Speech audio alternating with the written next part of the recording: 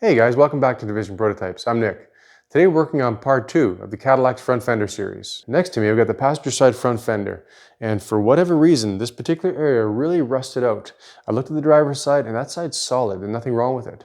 Now there is a small indication as to maybe why this happened. This fender is actually painted red, which means that it actually came off a different car at some point. And perhaps it was in storage, leaning down on the ground, and water sat in there and just started the rust process going. So anyway, it doesn't matter. The rest of the fender's solid, just this area here we have to address. Well, there is one other area, but we'll get to that later. We're gonna take care of this area first, and as I mentioned, I started cutting it out and discovered something very strange. I guess that's why they call it a Cadillac. The sheet metal on the front fender is actually 18 gauge, and what I have here is a sheet metal gauge that I'm holding. And I had to try it because usually they're around 20, 19 gauge. Well, when I started using the zip blade to cut it out, it was heavy and it almost felt like 16, but I took and cleaned up the edges, cleaned off the burrs, slid it in, and it turned out to be 18 gauge, which is unbelievable. There we go, 18 gauge. Don't know if you guys can see it, but anyway. What that means is we have to take and replace this section with another piece of 18 gauge. If we go with 20 gauge or 16 gauge, one way or the other, we won't be able to clamp it in place properly. The clamp will grab the thicker material and the thinner material will be loose, and that won't allow us to clamp it properly. I'll go grab a piece of 18 gauge, mark it out, and we can continue making this piece. So as you can see, this is where the piece came out of. I've taken and cleaned up all the interior structural areas, taken in one more burr here, just take that off. We don't want that to be in our way when we're clamping. So I'm going to take a file and clean up the underside a little bit, but all this in here has been cleaned up. Now the zip blade I use is about a 16 thick, which is about the thickness of a Sharpie.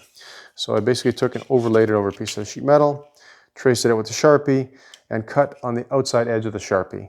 And that gave me a piece that's almost ready to fit into place. So it's really close. But as you can see, we are very flat. We don't have a proper curvature here, and this kind of angles down, and there's actually a feature on the fender. I don't know if you guys can see that highlight there, but that feature, we have to take and extend it into this piece here, just right into there. So I've taken and transposed that line onto the other side, which is we're going to run through the tipping wheel. But before we create that, we have to take and give this piece some curvature. So I'm going to go to the English wheel it up a little bit, give it some curvature, fit it, see how it looks. Don't need too much. Just a couple of passes to get a bit of a radius.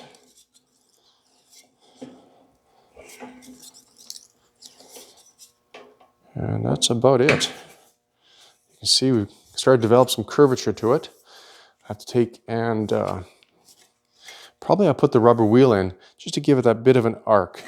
We have a little bit, but not enough. We don't want to take and overdevelop this panel, because if we do, then it's going to be a bit of a pain to fit it. It'll have too much curvature and it won't fit the curvature of the fender properly. So all the rubber wheel is doing is just giving it a bit of bend in the panel. We're not stretching, just bending. All right, so now you can see it kind of got some curvature that way. I'm going to straighten it out, and what we're going to do, it's pretty close there. I'm going to overlay this over the fender and see how well this curvature matches what the headlight area is. This is the piece that came out.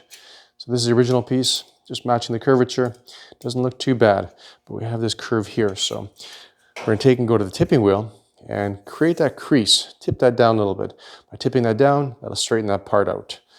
And we'll try and fit it at that point.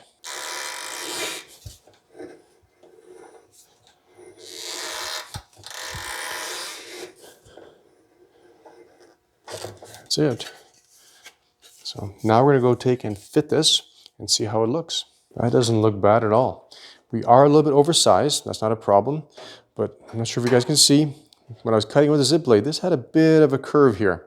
So by tracing this part exactly, instead of going from this to paper or cardboard and then to sheet metal, I traced this piece exactly, and it gave me the exact replica of what should be here. If I did it on paper, I could have assumed that this should have been a straight line, made a straight line through here, and then I would have had a bit of a gap here. Here, I have the exact contour of what's here. Okay, that's not fitting too bad at all. So I just tweaked a little bit, Now we have a bit of a gap here. I like to get my gaps as tight as possible. And as you can see, I have a little bit of silver showing past the sheet metal color, showing past the edge of the Sharpie. So I'm just going to take a file and clean up that edge and allow that to settle down. Okay, let's fit this again. And that is bang on. Okay, so we're flush with the end there. We're settling down into here very well.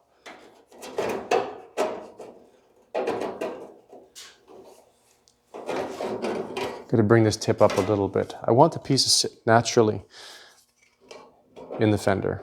I don't want there to be any tension whatsoever. Okay, I'm gonna get some clamps, clamp this in place, tack it, fit it, and then go ahead and weld it up.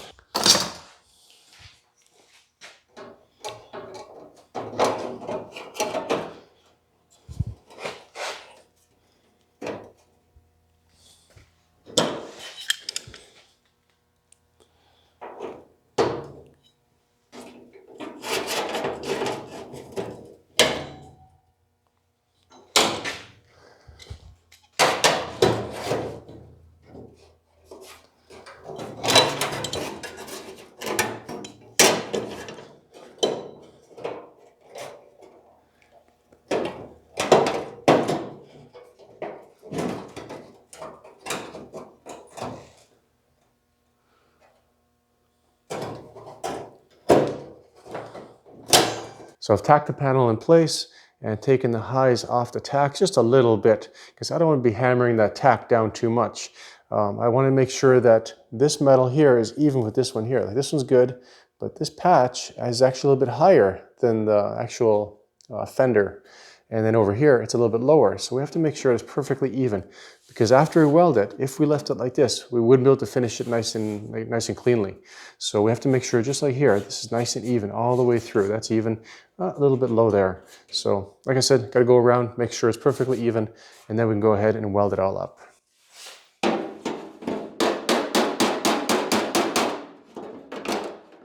Now, I'm not actually stretching the tacks yet. I might have to, like in the case of that one there, but I just want to make sure that the metal itself is even. Like that. So I've put the dolly on this side here, just tapping down the patch area.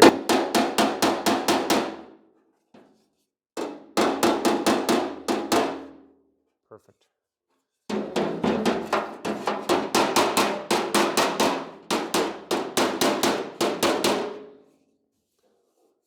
The patch fit well before, but when you tack it, the tack shrinks ever so slightly. And that's what creates that little bit of warpage. Perfect. Okay.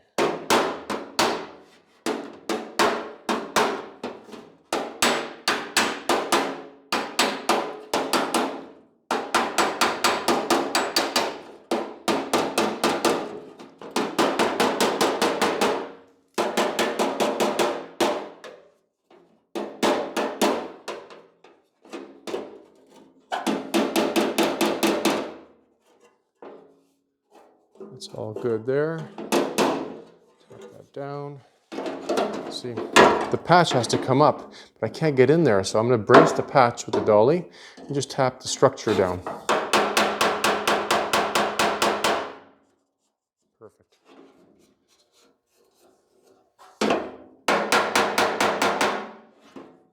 Oh, we're sliding again. Okay, one little spot right here. And that's going to do it. I'm just going to take and weld up the whole patch in one continuous pass.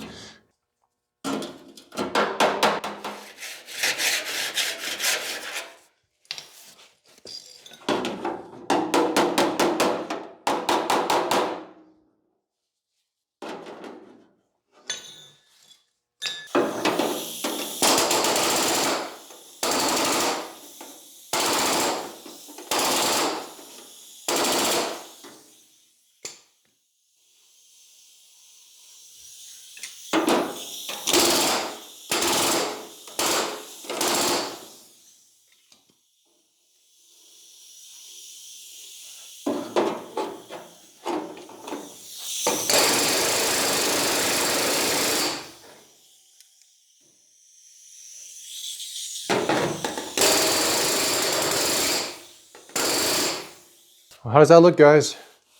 Get that patch welded in, smoothed out, and still a little more work along the bottom here to get these little dark areas finalized. But aside from that, everything's coming in really, really smooth. So that's what we started with. A little hockey stick there. Cut that out and finish it off with that. I'm gonna do a little more plenishing through here because this is a little bit low yet, and it'll be ready for high build at that point. So I appreciate you guys watching this little rust repair on the front Caddy Fender. If you guys have any comments or questions, put it down below. Take care, guys.